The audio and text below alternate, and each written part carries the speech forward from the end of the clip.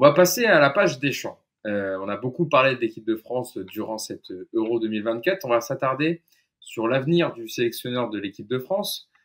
Pourquoi? Parce que il lui reste 2 ans de contrat jusqu'en 2026. Au sorti du tarmac de l'avion, Philippe Diallo l'a confirmé directement en disant, alors il a confirmé, il a dit, il lui reste 2 ans de contrat, donc Didier Deschamps va aller jusqu'au bout de son contrat, c'est-à-dire jusqu'à la Coupe du Monde 2026. Il a reparlé un peu de la situation de Didier Deschamps hier, Philippe Diallo, au micro de M6 avant la finale, en disant, je reprends la déclaration que j'ai vue, pour pas dire de bêtises, que j'ai envoyée. Voilà, j'ai hérité d'un lien contractuel, hein, dit Philippe Diallo, le président de la Fédération française de foot. Je n'avais pas de décision à prendre, sauf à inventer un concept, celui de licenciement pour bon résultat. Puisque Philippe Diallo a ensuite expliqué dans son interview que l'objectif c'était les demi-finales minimum. Clément, donc on parle de la situation du sélectionneur. Toi, qu'est-ce que tu penses déjà des déclarations de Philippe Diallo? Est-ce que tu trouves que du coup en fait Didier Deschamps a la main basse sur l'équipe de France, donc en fait il n'a pas trop le choix Philippe Diallo vu qu'en plus il y a des réélections bientôt, qu'il est président depuis peu et qu'il se range en fait derrière Deschamps pour pas froisser son mandat. Il y a des élections à fin d'année, je rappelle. Ouais, c'est ça, c'est ce que je dis. Il y a des élections bientôt et donc il ne peut pas se mettre à dos le sélectionneur qui a un poids énorme à la FFF. Voilà, tu as très bien résumé beaucoup de choses, Hugo. Donc, non, il se cache dans sa déclaration quand il dit. En plus, il se cache et il ment. Alors, il ment sur une chose. Bon, il se cache sur sa décision parce qu'il n'en prendra pas de décision. Voilà, il a clairement annoncé qu'il maintiendrait Didier Deschamps. Il dit quand même une chose. Il dit je le laisse réfléchir. Je le laisse prendre les jours de repos nécessaires et réfléchir à son bilan ou à ce qu'il a fait. Je sais plus ce qu'il dit. En gros, s'il veut partir, ça viendra de lui, mais ça ne viendra pas de nous. Oui, c'est ça. Ouais. Voilà, sachant que voilà, Deschamps, a priori, ne partira pas, enfin ne compte pas partir. Le seule chose, l'erreur qu'il dit, c'est à moins de le licencier pour bon résultat. Alors, à moins qu'une demi-finale proposée avec ce jeu soit un bon résultat, moi j'ai raté un truc, puisqu'apparemment on était favori de l'Euro 2024. Sachant que quand on propose ce type de jeu, et on l'a dit, c'est la victoire ou rien, c'est ce qu'on dit tout le temps avec Deschamps, c'est la victoire, la victoire, la victoire. C'est oui mais, quand on parle de jeu, c'est oui mais on gagne. Bah, si on gagne pas, du coup, c'est pas bon. Donc là, demi-finale perdue de la sorte, bah, forcément, c'est pas bon, donc pas bon résultat. Donc mensonge de Philippe Diallo, premièrement. Deuxièmement, pour revenir sur Deschamps, je pense que même lui aurait intérêt à arrêter maintenant, parce que on dit toujours, oui, il faut pas faire la compétition de trop. Là, j'ai quand même l'impression qu'elle a été faite, la compétition de trop. Et s'il prolonge jusqu'en 2026, ça peut être la compétition de la catastrophe. Donc je pense qu'il faut vraiment arrêter maintenant. En plus, je ne suis pas sûr que au niveau du vestiaire, tout se soit très bien passé. On va attendre quelques jours, quelques semaines, mais quand les Antoine Griezmann, les Olivier Giroud vont se mettre à parler, ça peut faire des vagues. Alors certes, ils seront sûrement plus là en 2026, mais ça dira quand même quelque chose des possibles dysfonctionnements dans la gestion des champs. Donc ouais, il est temps d'arrêter. Il est temps d'arrêter pour proposer autre chose, déjà, en termes de philosophie de jeu. Je ne dis pas qu'avec un nouvel entraîneur, exemple Zinedine Zidane, ce sera complètement différent, que ça va être le feu d'artifice, etc.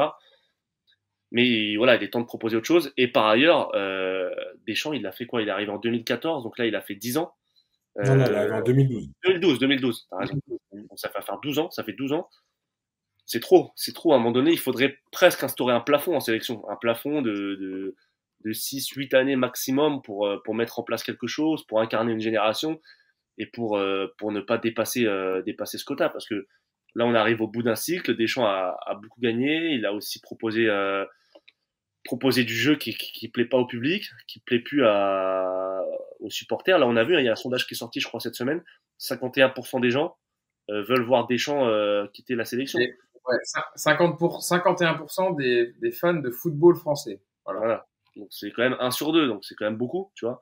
Un sélectionneur, c'est censé, une sélection, c'est censé plutôt faire converger les gens, générer l'unité. Là, c'est plus le cas. Donc voilà, les 2 années qui viennent pourraient être très compliquées. On a vu qu'en plus, il y a des équipes qui émergent. On voit l'Espagne. L'Espagne, a priori, sera là en 2026, avec la même génération. On en parlera tout à l'heure, mais l'Argentine, ils vont finir leur cycle, ils seront aussi là. ça peut être très compliqué pour le Bleu en 2026 si t'as pas de changement majeur tout de suite. Donc, il est temps de changer là. Yes. Qu'est-ce qu'on fait avec Monsieur Didier Deschamps? Mais nous, on fait rien parce que c'est lui qui décide. C'est lui qui est le maître du temps. Alors déjà, il y a une phrase. Moi, tu sais, c'est marrant parce que il y a une phrase de Diallo, moi, qui m'a plus interpellé. C'est on est devenu exigeant, les gens. On a habitué les gens à trop gagner de titres. Alors, je rappelle que c'est un seul titre. Alors, tu as peut-être gagné des matchs, hein, mais tu n'as gagné qu'un seul titre en 6 compétitions. Non, il dit pas, on a l'habitude d'arriver en finale des compétitions plutôt. Non, il me dit ça. Il dit, non, il dit, on fait 4 fois demi-finale et tout. Mais cette équipe de France, elle a habitué les gens à gagner des titres. Ben non, en fait, tu n'as pas gagné des titres, tu as gagné un titre. Alors après, tu as fait demi-finale, tout ce que tu veux. Tu peux nous raconter le fameux violon et tout, il n'y a pas de problème. Mais en termes de titres, déjà, tu es un menteur. Tu n'as pas gagné des titres, tu as gagné un titre. Deschamps, en fait, bah oui, il avait un contrat.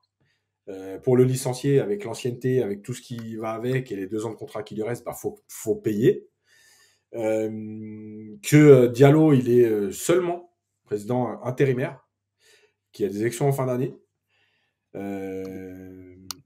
Après, il y a toute cette histoire autour de déjà la gestion du groupe. Moi, je l'ai dit, hein, de toute façon, 7 euros, j'ai fait une émission au Club des 5. Pour moi, on voit bien que la gestion de groupe, elle a été catastrophique. Elle a été catastrophique dans la gestion des remplaçants. Parce que d'habitude, comme la France fait plutôt des bonnes phases de poule, le 3e match, tu peux faire jouer les remplaçants. Cette année, tu n'as pas pu faire jouer parce qu'il y avait une première place à aller chercher. Donc déjà, tu as plein de joueurs qui n'ont pas joué du tout. Beaucoup. Ouais.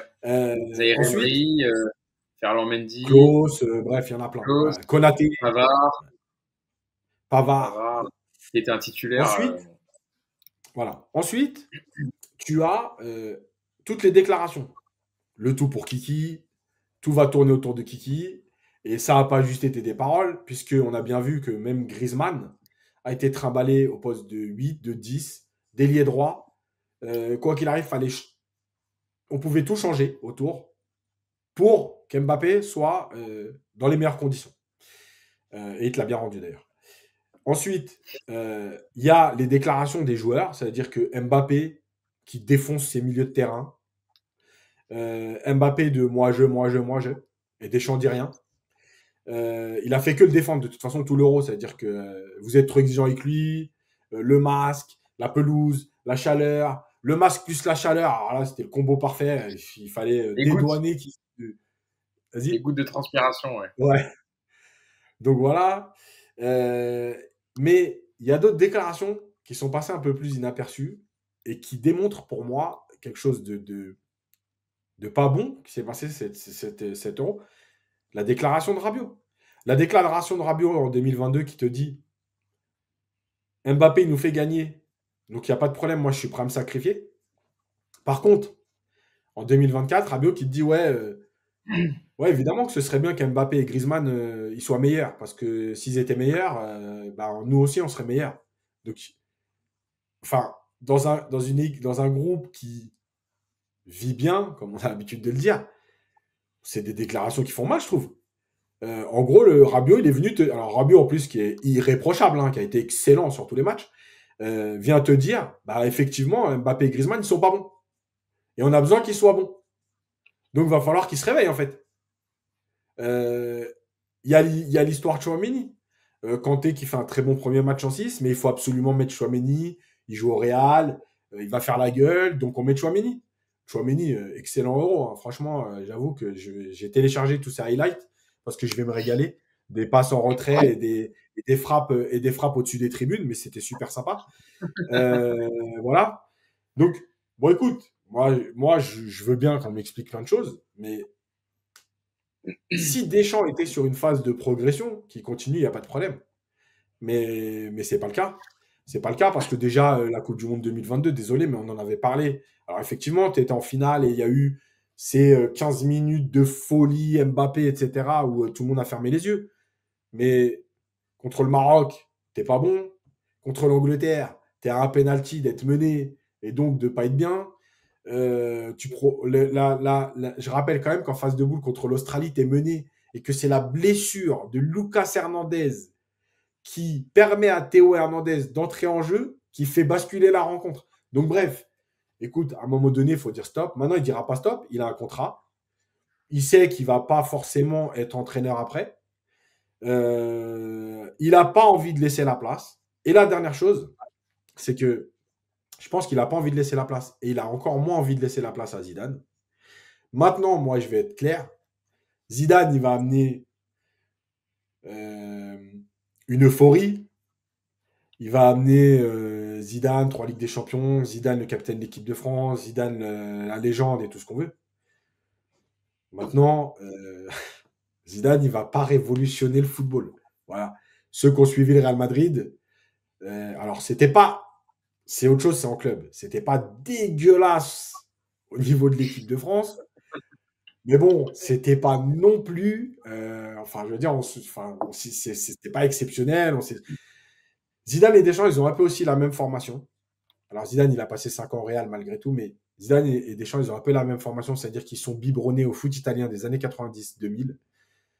Début 2000, ils sont biberonnés à la tactique. Donc à un moment donné, Zidane, il ne va pas non plus proposer quelque chose de totalement différent. Zidane, il peut juste apporter en fait un peu de sang frais dans le discours, dans l'image, dans aussi ce que les joueurs ressentent avec un sélectionneur, parce que 12 ans, même s'ils ont du respect pour Deschamps, 12 ans, c'est long. Et le fait d'être entraîné par Zidane, tu sais, je vais comparer, alors c'est pas tout à fait la même chose, parce que je pense que Zidane a un peu plus de compétences dans le management et tout, mais quand l'Argentine a été entraînée par Maradona, voilà, il y a une période d'euphorie parce que c'est Maradona, parce que les joueurs sont entraînés par Maradona, et que au départ, tu es prêt à te taper pour Maradona parce que c'est Maradona, quoi. Mais sur la durée, en termes de tactique, Maradona, ça a été limité.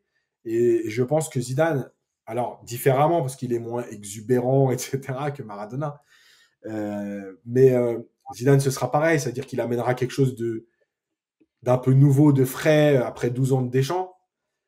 Mais, enfin, vous inquiétez pas, ça va pas être le Brésil 70 ou le Brésil 82, hein. Ni même l'équipe de France de l'Euro 2000, hein, parce que je rappelle quand même qu'en 98, l'équipe de France, ça ressemble à ce qu'a proposé Deschamps pendant des années.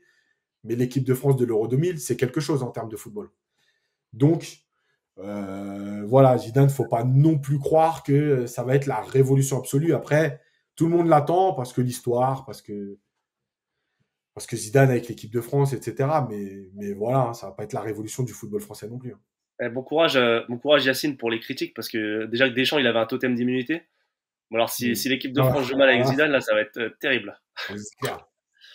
C'est clair. Mais c'est vrai que dans ce que tu dis, Yacine, tu l'as dit un peu dans ton explication, c'est que c'est pas forcément dans le jeu. Je pense que les gens veulent voir Zidane, c'est juste d'avoir un discours un peu frais, avoir autre chose, un nouveau discours, des joueurs peut-être qui voilà, auront un peu plus le sourire, ou ça va rebattre un peu les cartes. Là, on a l'impression que les cartes, elles sont connues d'avance, en fait, Yacine, c'est plus pour ça. Ça remettrait un peu de concurrence, et je pense que Deschamps et Zidane voient les jeunes joueurs qui commencent à émerger. Et d'ailleurs, je vais le glisser en même temps parce que il y a des joueurs qui seront avec la sélection des Jeux Olympiques, là, de Thierry Henry, des Michael Olise, je parle des jeunes joueurs, attention à fort potentiel. Ne me dites pas, il y a des joueurs, peut-être vous n'allez pas être d'accord, mais Matistel, Ryan Cherki, Kalimundo, enfin voilà, des joueurs qui montrent des bonnes choses avec l'équipe de France des Jeux Olympiques, l'équipe de France Espoir, et qui ont vocation à rentrer peut-être un moment dans la boucle. Désiré Doué aussi, Lucas Chevalier, enfin voilà, bon, Mike Maignan est un très bon gardien, mais je parle voilà, de rentrer petit à petit dans le groupe France A. Je pense que Zidane, par exemple, voilà, ça serait ce genre de choix-là, il les ferait. Il serait pas à reprendre toujours les mêmes joueurs ou à rester sur des choses qu'il a fait, Deschamps, quoi. Rien que pour ça, il apporterait un peu. Alors, Mateta aussi, oui, déjà eu dans les commentaires, on en avait parlé. Rien que de prendre un vrai neuf comme Mateta, comme voilà, par exemple Jean-Philippe Mateta, attaquant de Palace, mais parce que en fait, Zidane, il n'a pas vécu d'aventure avec eux. Donc, lui, il peut faire des changements sans être dans l'affect et se dire ouais, je peux pas.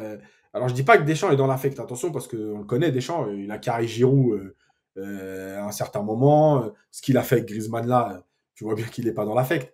Mais malgré tout, c'est un sentiment différent. C'est-à-dire que ces joueurs, malgré tout, ils m'ont emmené en finale, ils m'ont fait gagner. Donc, je sais ce qu'ils peuvent m'apporter. Ça ne veut pas dire que je leur dois quelque chose, parce qu'ils ne leur doivent rien. Mais je sais ce qu'ils peuvent m'apporter par rapport à des nouveaux. Zidane, s'il arrivait, même d'ailleurs le prochain sélectionneur en dehors de Zidane, il n'aura pas cet affect-là. Parce qu'il n'aura rien gagné avec eux. Ce sera sa première aventure. Donc, lui, il est capable de dire, par exemple, à tel joueur, non, c'est fini, tel joueur, je ne le prends pas. J'ai pas besoin, je vais prendre des nouveaux, je vais prendre des jeunes, je vais renouveler le groupe. Bref, c'est ça aussi qu'on attend, parce que évidemment que Deschamps, il est un peu bloqué. Le traitement de Barcola sur cet Euro, quand je dis le traitement, c'est pas péjoratif, mais ce qu'il a apporté quand il a joué. Mais en fait, si c'est là d'entrer un nouveau sélectionneur, je pense que Barcola a beaucoup plus de temps de jeu, parce qu'il ne sera pas dans les mêmes statuts.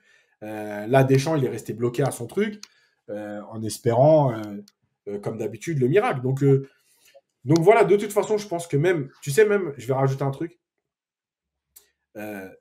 même dans les confs de presse et tout, alors attention, encore une fois, Zidane, langue de bois et tout, mais je trouve que Deschamps, il est arrivé à un stade de médisance, de mépris. Comment il a remballé. Voilà, tu vois. Et ça aussi, même ça, tu vois, autour de l'équipe de France, ça commence à devenir pesant. C'est-à-dire que même, évidemment qu'il y avait de la langue de bois, mais même ça, maintenant, aujourd'hui, t'es méchant, t'es mauvais, t'es médisant, t'es méprisant. Et en fait, même ça devient insupportable.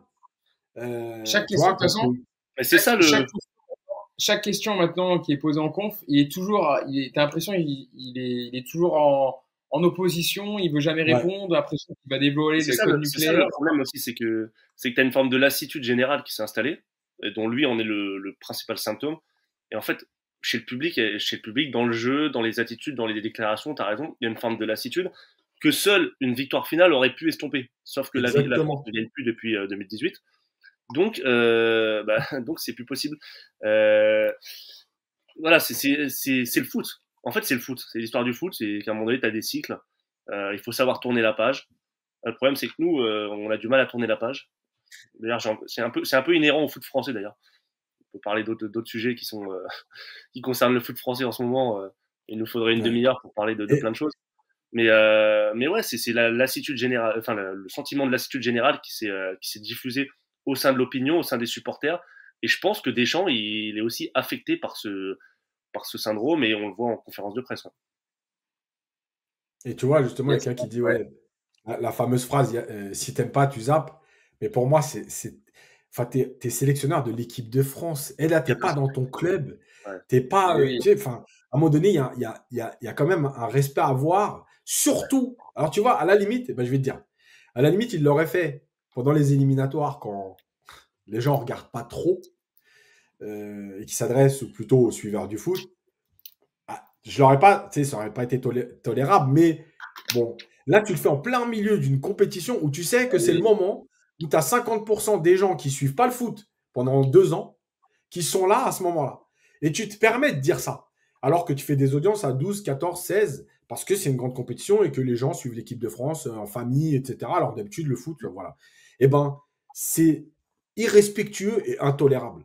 Et là, tu vois, le président de la Fédé, il doit le reprendre. Il n'a pas à dire ça. Même s'il le pense au fond de lui, il ne peut pas dire ça aux gens. Si vous n'êtes pas content, zappez. Mais non. Et pourquoi Yacine ? Parce que Deschamps, il est au-dessus de Diallo. Donc Diallo, il n'a pas son mot à dire, en fait. Exactement. Dans n'importe quelle autre sélection, le sélectionneur, il dit ça, mais il se fait recadrer direct. Hein. Enfin, tu peux pas on le voit quand il y a des écarts dans certaines sélections, ils sont vite tapés sur les doigts. Il n'y a que chez nous où le sélectionneur de l'équipe nationale a plus de pouvoir que le président de la Fédé. Bon. Écoute, c'est comme ça, et on verra bien pour la suite comment ça va se passer. Il va y avoir quelques jours de vacances, donc Dixit Philippe Diallo pour Deschamps. Et puis ils se réuniront tous les deux autour d'une table. Et puis voilà, Deschamps dira qu'il va jusqu'au bout de son contrat en 2026. Deschamps, il ne peut pas se réunir avec lui-même. Il se réunit avec lui-même, Deschamps.